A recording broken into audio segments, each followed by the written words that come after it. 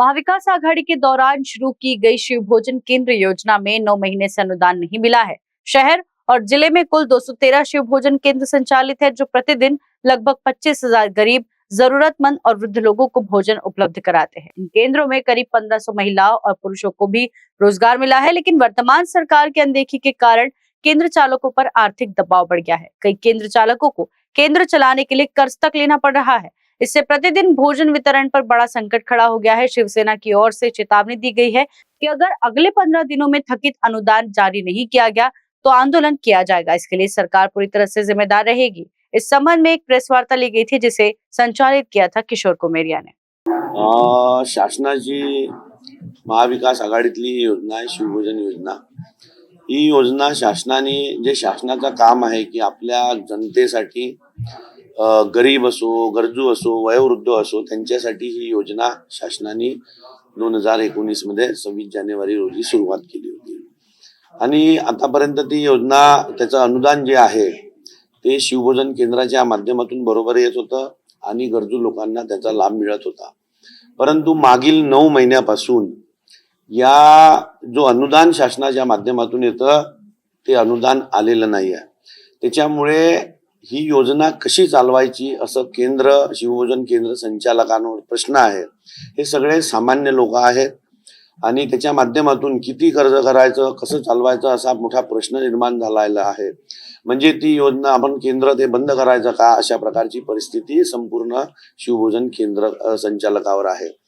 त्याच्यामुळे आतापर्यंत अनेक मागण्या मुख्यमंत्री साहेबांना, बावनकुळे साहेबांना, पालकमंत्री यांना या सगळ्या केंद्र संचालकाच्या माध्यमातून झालेले आहे, परंतु याचा कुठेही मार्ग निघत नाही आहे, त्यांचं अनुदान येत नाही आहे। याच कारणाने आम्ही सर्व पक्षाचे कार्यकर्ते, पदाधिकारी आणि सर्वच पक्षाचे आजी माजी लोकप्रतिनिधी असं मिळून आज कलेक्टर यांना जिल्हाधिकारी म्हणून, शासनाचे प्रतिनिधी म्हणून त्यांना आज आम्ही निवेदन दिलं आणि त्यांनी पण सांगितलं की जे पूर्ण जे 9 महिन्याचे पैसे आहे मी आज त्यांच्याशी पत्र व्यवहार आणि पाठपुरावा करतो आहे आणि जर शासनाने एकसाथ जर ते पैसे नाही देऊ शकत तर इन्स्टॉलमेंट वाईज द्यावं, परंतु पैसे द्यावं असं मी आज त्यांच्याशी समन्वय करतो असं त्यांनी सांगितलं।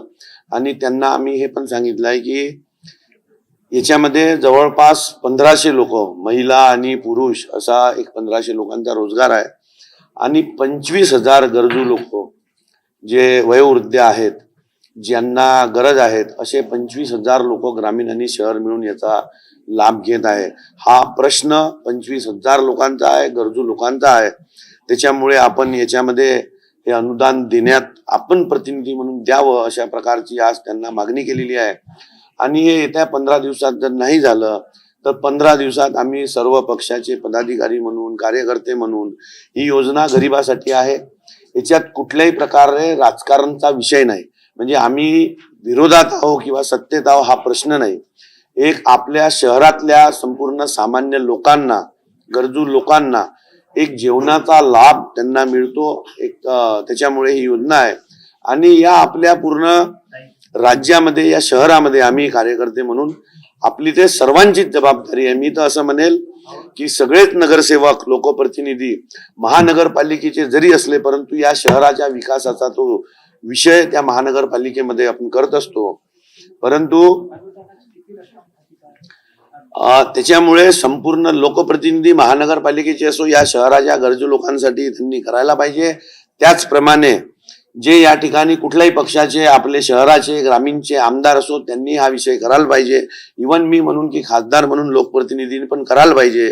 आणि जवळपास हा जो अनुदानाचा शहर ग्रामीण मिळून जो विषय आहे हा जवळपास 17 ते 18 करोड हा अनुदान एक पेंडिंग हा विषय आहे। ते येत्या 15 दिवसात त्यांनी हे मागणी एक लोकांसाठी असल्यामुळे पक्षाच्या पलीकडे जाऊन गरजू लोकांसाठी आहे, म्हणून सर्वच पक्षाच्या लोकांनी याच्यामध्ये पुढाकार घ्यावा। आम्हीच एवढ्या लोकांनी शहरामध्ये का बरं पुढाकार घ्यावा? सगळ्याच आजी माजी लोकप्रतिनिधींनी याच्यामध्ये पुढाकार घेऊन चांगली योजना आहे ती चांगले म्हटलं पाहिजे। प्रत्येक माणसाच्या, प्रत्येक पक्षाच्या पदाधिकाऱ्याचं आणि लोकप्रतिनिधीचं आपल्या शहराच्या लोकांप्रती, या गरजू लोकांप्रती, वयोवृद्धप्रती सगळ्यांची जबाबदारी आहे आणि कर्तव्य आहे। म्हणून हे सगळ्यांनीच मागणी केली पाहिजे असं आमचं या ठिकाणी मत आहे. आम्ही जर मागणी केलीच आहे आणि येत्या 15 दिवसात जर ही मागणी पूर्ण नाही झाली तर आम्ही कार्यकर्ते म्हणून आपल्या शहराच्या या गरजू लोकांसाठी आम्ही रस्त्यावर उतरू. एवढंच नव्हे तर शिवसेनेच्या पद्धतीने शिवसेना स्टाईलने उतरू आणि या शहरामध्ये ही योजना गरजू लोकांना त्याचा लाभ मिळाला पाहिजे यासाठी आम्ही प्रयत्न करू. तारा न्यूज़ के लिए सचिन जोड़ा की रिपोर्ट। प्राइम एक्सोटिका सलून अब धर्मपेट में, जहां लग्जरी, केयर और ब्यूटी मिलकर बनाते हैं एक परफेक्ट एक्सपीरियंस। यहाँ हर सेवा है प्रीमियम। हमारे signature Korean hair spa, Tiffany's hair care और स्किन केयर के साथ प्राइम एक्सोटिका, जहां हर कदम पर मिलता है लग्जरी का एहसास और हर क्लाइंट को मिलता है घर जैसा प्यार। पायल मंधारी द्वारा स्थापित प्राइम एक्सोटिका सिर्फ एक सैलून नहीं बल्कि है खूबसूरती और आत्म देखभाल का प्रीमियम ठिकाना। Visit S prime Exotica near Shivaji Nagar, Dharampeth, opposite Starbucks, Nagpur. Luxury that feels like home.